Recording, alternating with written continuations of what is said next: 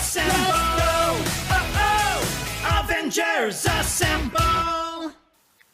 Et salut à toutes, salut à tous, c'est Darvigilante et bienvenue donc pour cette première vidéo spéciale Age of Ultron. Enfin, il y aura 3 vidéos, mais ce sera en quelque sorte une semaine Age of Ultron. Donc vous vous demandez sans doute ce qui se cache sous ce bonnet Avengers. Eh bien c'est tout simplement tout le Marvel Cinematic Universe depuis The Avengers, donc sorti en 2012. The Avengers a vraiment relancé le genre de film de super-héros au cinéma, quoi. C'est vraiment le film qui a marqué un tournant dans l'écurie Marvel, si je peux m'exprimer ainsi. Et en fait, au début, on avait eu Iron Man en 2008 qui avait pour projet de lancer The Avengers.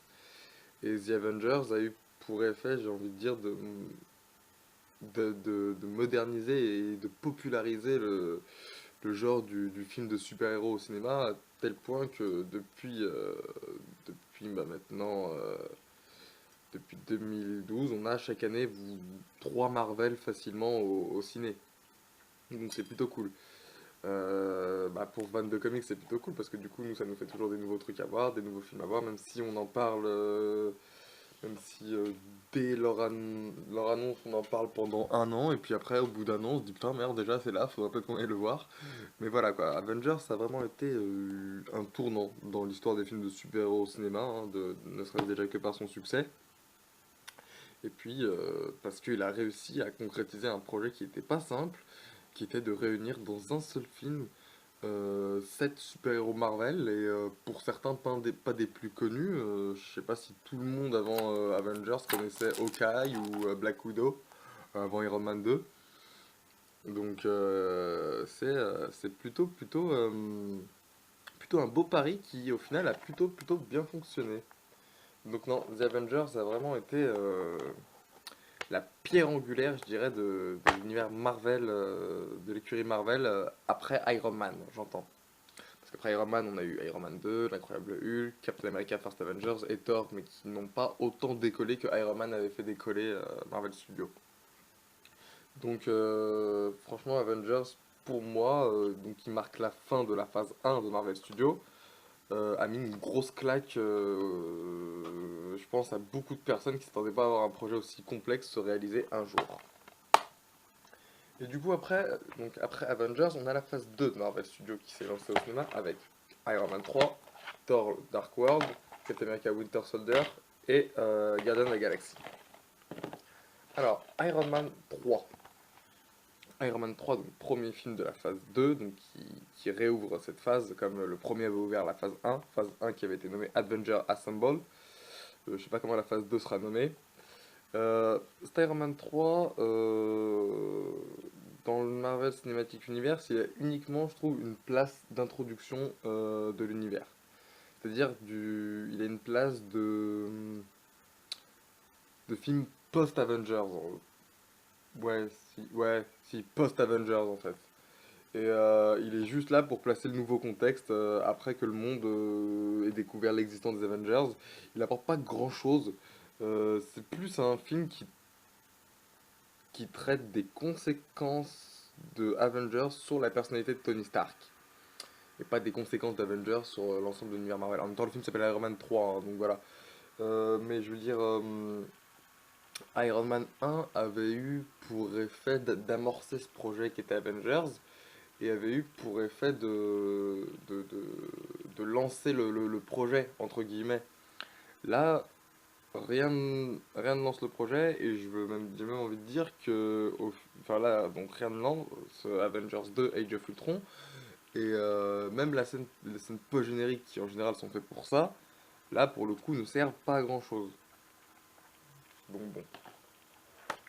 On a ensuite eu Thor The Dark World, alors lui, passe très rapidement sur les conséquences de The Avengers sur le personnage de Thor, et s'attarde beaucoup plus sur une nouvelle menace que Thor doit affronter, donc qui sont les elfes noirs, une race très ancienne qui sont assoiffés de vengeance contre les Asgardiens, dirigée par Malekith le Maudit, interprété par Christopher Eccleston.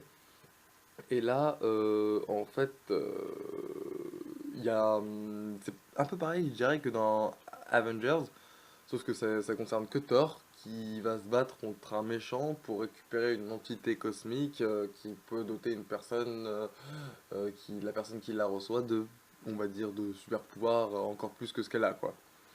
Et c'est pas mal, franchement, c'est pas mal. J'apprécie le truc parce que du coup, ça amorce, ça continue de mettre en place ce fil rouge qui est l'acquisition des pierres d'infinité par des méchants, du coup.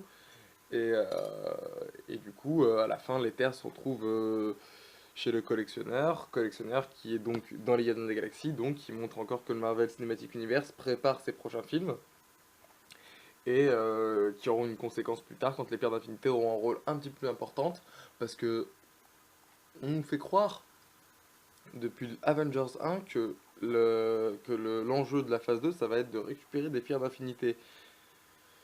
Mais à part dans Thor 2 et dans un autre film dont je vous parlais tout à l'heure, il n'y a pas tant que ça les pierres d'infinité mis au centre. Et c'est même pas vraiment des pierres d'infinité parce que ça ressemble pas à des pierres d'infinité, en fait, tout simplement.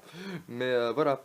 Thor 2 a au moins le mérite, contrairement à Iron Man 3, de continuer à placer ce petit fil rouge qui sera conclu dans Avengers Infinity War, partie 1 et 2, qui sortiront respectivement le 18 et 19 mai 2018 et 2019. On passe ensuite à Captain America Winter Soldier. Euh, alors là c'est vraiment les événements de The Avengers qui influent également sur Captain America, mais sur l'ensemble du Shield aussi. Et c'est ça qui est bon, parce que du coup comment dire, ça a enfin on voit vraiment que ce qui s'est passé dans The Avengers a affecté toute la communauté super-héroïque, on va dire, et ça place vraiment le contexte de The Avengers 2 avec l'effondrement du Shield, que tous les super-héros sont peut-être pas aussi clairs et clean qu'ils voudraient le faire paraître, que une menace qu'on croyait disparue peut revenir du jour au lendemain, et que finalement le Shield n'est pas aussi bien préparé à, à tout que ce qu'ils voudraient bien nous faire croire en fait. Et ça alors par contre ça place vraiment, mais vraiment, vraiment bien le contexte, le climat pré-Avengers 2, et ça le place de manière vraiment, vraiment, vraiment, vraiment intéressante. Parce que du coup, c'est vraiment ce film qui va être, je dirais, le tournant. Parce que dans Iron Man 3, alors là, à part les effets d'Avengers sur Tony, que dalle. Dans Thor 2, bah, ça se passe sur Asgard et pas trop sur Terre. Enfin, si, il y a un combat final sur Terre, mais ça a aucune. Avengers enfin, il n'y a aucune conséquence qui pourrait amener à Avengers 2. Par contre, là, dans Captain America, il y a vraiment quelque chose qui se passe qui va amener à ça, quoi. Donc, c'est pas plus mal. C'est franchement pas plus mal.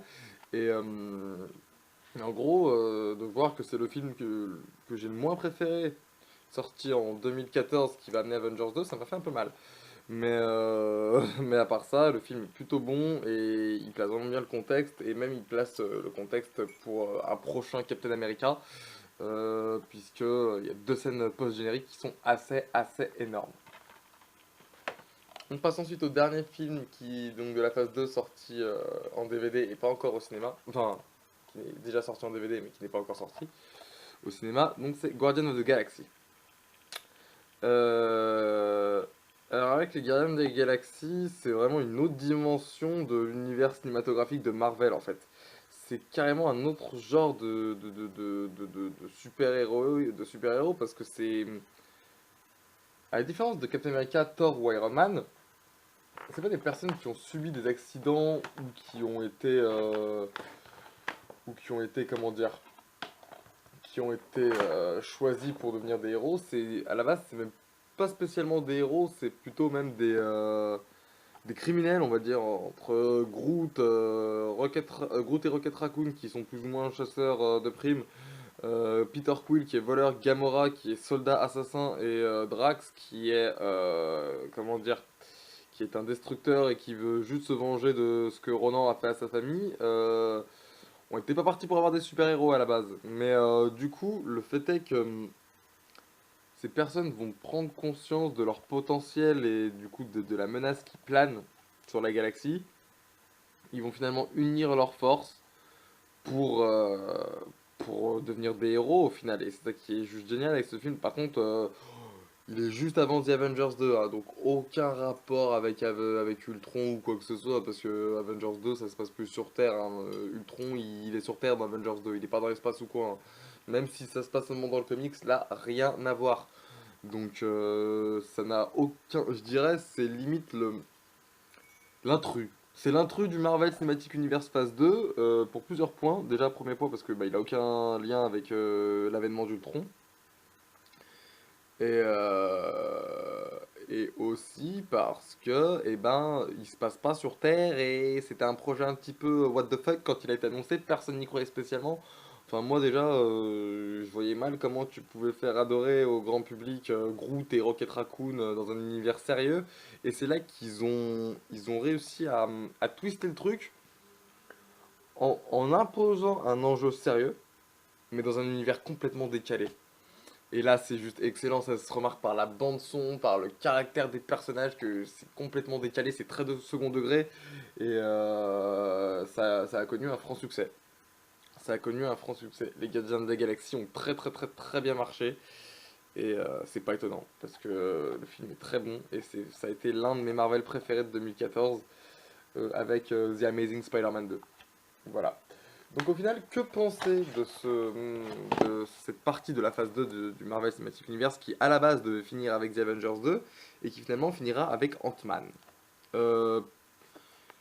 Pour ma part, je dirais que il y avait moins d'enjeux à placer que pour The Avengers. Il y avait moins d'univers à construire, l'univers était déjà construit. L'univers était déjà placé, il n'y avait qu'à raconter les histoires qu'on voulait raconter.